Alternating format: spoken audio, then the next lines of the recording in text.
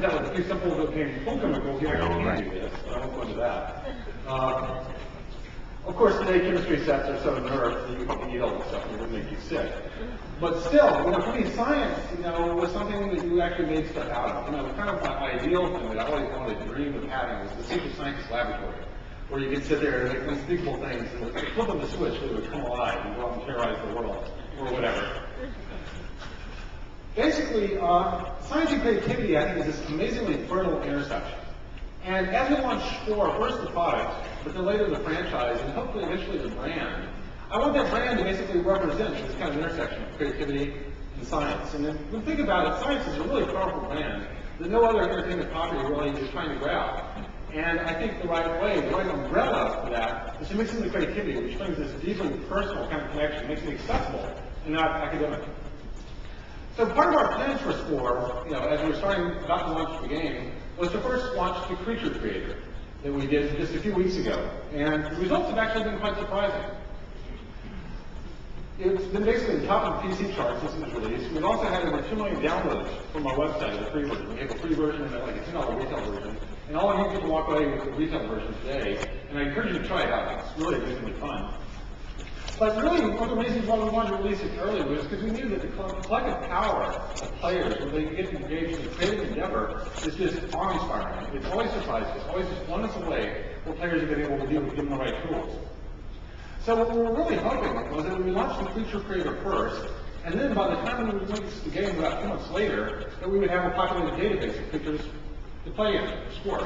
So all the creatures that people make and upload to the server right now are going to be playable in the full retail version. Now, based upon what we saw at The Sims, we did things like The Sims Character Creator a few months ahead of time. And based upon those numbers, I was really hoping that we could get around 100,000 creatures uploaded by the day of launch in September. And maybe, if we were lucky, we might get 1 million by the end of the year.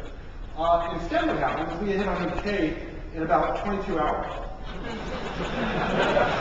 We passed 1 million in about a week. So it's just totally blown us away, kind of what players have done with this. And not only that, the numbers are just kind of blowing us away in that sense. Right now we have somewhere close to 2 million. It's a little higher than this right now. And about a week ago I realized we passed kind of a really interesting milestone, that the number of unique creatures that we have in our database online for SCORE has now actually exceeded the total number of known species on Earth. So, it's kind of interesting if you actually look at how long it took them to do it as well. So it took them basically 18 days to exceed the number of creatures on Earth. And by some accounts, it took God about 7 days. So, if we take those two numbers and divide them, we find out that our SCORE fans so if you think about this, this is pure numbers. And I started thinking about it a different way. Really our fans do represent this engine of creativity. We need to figure out metrics, how we measure this. So we decided to call this 0.38G. This is a capital G to distinguish it from small g for gravity. But if this trend holds up, I think by the date that we launch, we'll be at about 1G for this creative engine that the fans are doing. And possibly up to 3Gs by the end of the year. Now, not only the quantity, has kind of amazed us, but also what they taught us about how to use our own tools. There are a lot of things we want to do with the tools that we just decided we didn't have time to do, and so it's too bad the fans can't make robots with the stuff and parts of the game, so we didn't give them robot parts. But the fans didn't seem to understand that. These are all features that were created by the fans that are currently on our website. Another thing we never showed any of our demos were humans, because every time we tried to make a human, it just didn't look human at all. But yet the fans have made amazingly fanciful humans with our Creature Creator. We decided we couldn't do realistic creatures, which is why all of our demos showed these kind of fantasy-like creatures. But again, the fans just kind of blew us away with what they managed to do with this creator. Creepy things. The skeleton guy, our artists couldn't figure out how they made it. They made the torso disappear using some exploit. We decided to keep, because the fans were actually relying on. And then, they went even beyond creatures and decided they were going to use it to make anything they wanted to. So these were all playing with Creature Creator, and I can't wait to see what they do when they get the vehicle editor. Oh my gosh. And a lot of the stuff they make is actually just beautiful. When you see this stuff animated in the SCORE world, moving around and kind of interacting with you, it's just, amazingly beautiful to see this stuff. Now, also when people make stuff, they want to share it. One of the things that we put in SCORE, in the Creature Creator as well, is the ability to directly upload stuff to YouTube. And, up to now we have 25,000 videos uploaded. We also have a celebrity website, scoreweb.com, where we have celebrities, and it's not so much that we expect them to make really cool features, although a lot of them did, but it was more like a celebrity can use this thing, anybody can use it, right? Actually, some of the stuff the celebrities made was pretty cool. David Lynch's, had this kind of creepy Patriot Act-like thing going on. Adam West had kind of narcissism in the name. Richard Branson was having kind of a green thing. I don't know if it was an environmental green or money green. And Santana's creature was like totally the party animal of the group.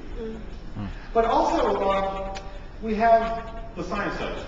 We developed over 200 prototypes, prototyping things like the astronomy and sport, the evolution, gameplay, graphics, that also we realized, maybe our fans would enjoy playing with these. So we've actually started putting these up on our website 1 a week for the fans to download and play with. And they're starting to have discussions over things like the gravitational theory in some of these prototypes.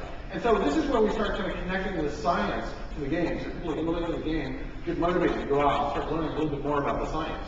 We're pushing this in different directions as well. One of the things we did is we filmed a documentary with the National Geographic Channel. And we went around, interviewed a lot of scientists working in evolutionary biology. We had a lot of them come into our office and play sport. And they use sport kind of as the hub for explaining modern theories of evolutionary biology. And this is going to show the week of sport ships on the National Geographic Channel. Plus, we're including the DVD in our Galactic edition of the game. We're also doing some stuff with the SETI Institute. One of the big inspirations for sport was the SETI program. And this is stuff that we haven't really announced yet, but in the future we're going to be working very closely because the original researchers in SETI, like Frank Wright and Jill Carter, are still working and still run the SETI Institute. And so that partnership is very exciting to me. But now, we're also hearing a lot of stories, people using the Creature Creator and learning a lot. Now it's kind of dangerous to kind of listen to these stories and abstract out too much. We're always going to be measured against The Sims. This is like the bigger brother. People always ask me, do you think we'll be as successful as The Sims? Will mass market place for the way we adopted The Sims? And, we're just hearing stories now. And as I said, it's kind of dangerous to abstract from these stories. This is kind of a well-known quote, the plural anecdote is not data. But yeah, I'm hearing a lot of the same stories that I heard when we first shipped The Sims. Basically, somebody brings the Creature Creator home as a gamer, they start playing with it, then their wife, girlfriend, kid sees it, and this is the first time they've ever wanted to touch the computer. They go in, and within a couple minutes, they're hooked.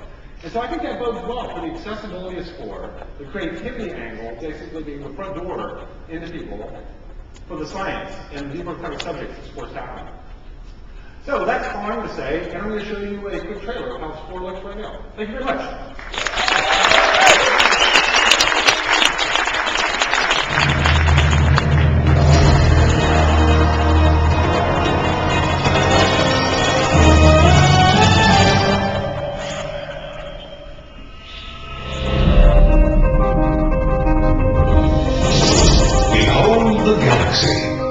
Stars and life and intelligence, but it wasn't always like this. Not long ago, it was cold and dark. So what happened?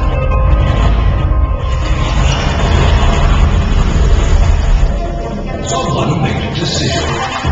Someone looked at a microbe and thought, he could use along with flagella, and a pair of pinchers too. Yeah. Next thing you know, he's king of the ocean. Then someone decided he should hit the beach. Land creatures were born, but life on land is a dicey proposition. So someone looked at our hero and said, he needs to be able to defend himself. And voila! As the saying goes, if you can eat him, eat him. But survival depends on numbers, so someone made our little chance irresistible to the opposite sex. Now we're talking. Or making it. Of course there's strength in numbers, but there's strength in sharp weaponry too.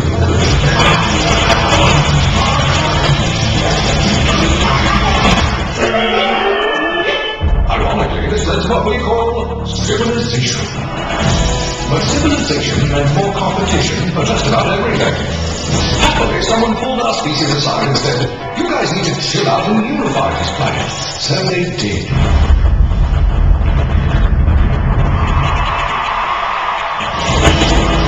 They built starships, and they set out to conquer the galaxy. But what they never realized was that all along the way, from humble microbes to starship captains, someone had guided them at every turn. And that someone is you. 4. How will you create the universe? Coming September 7, 2008.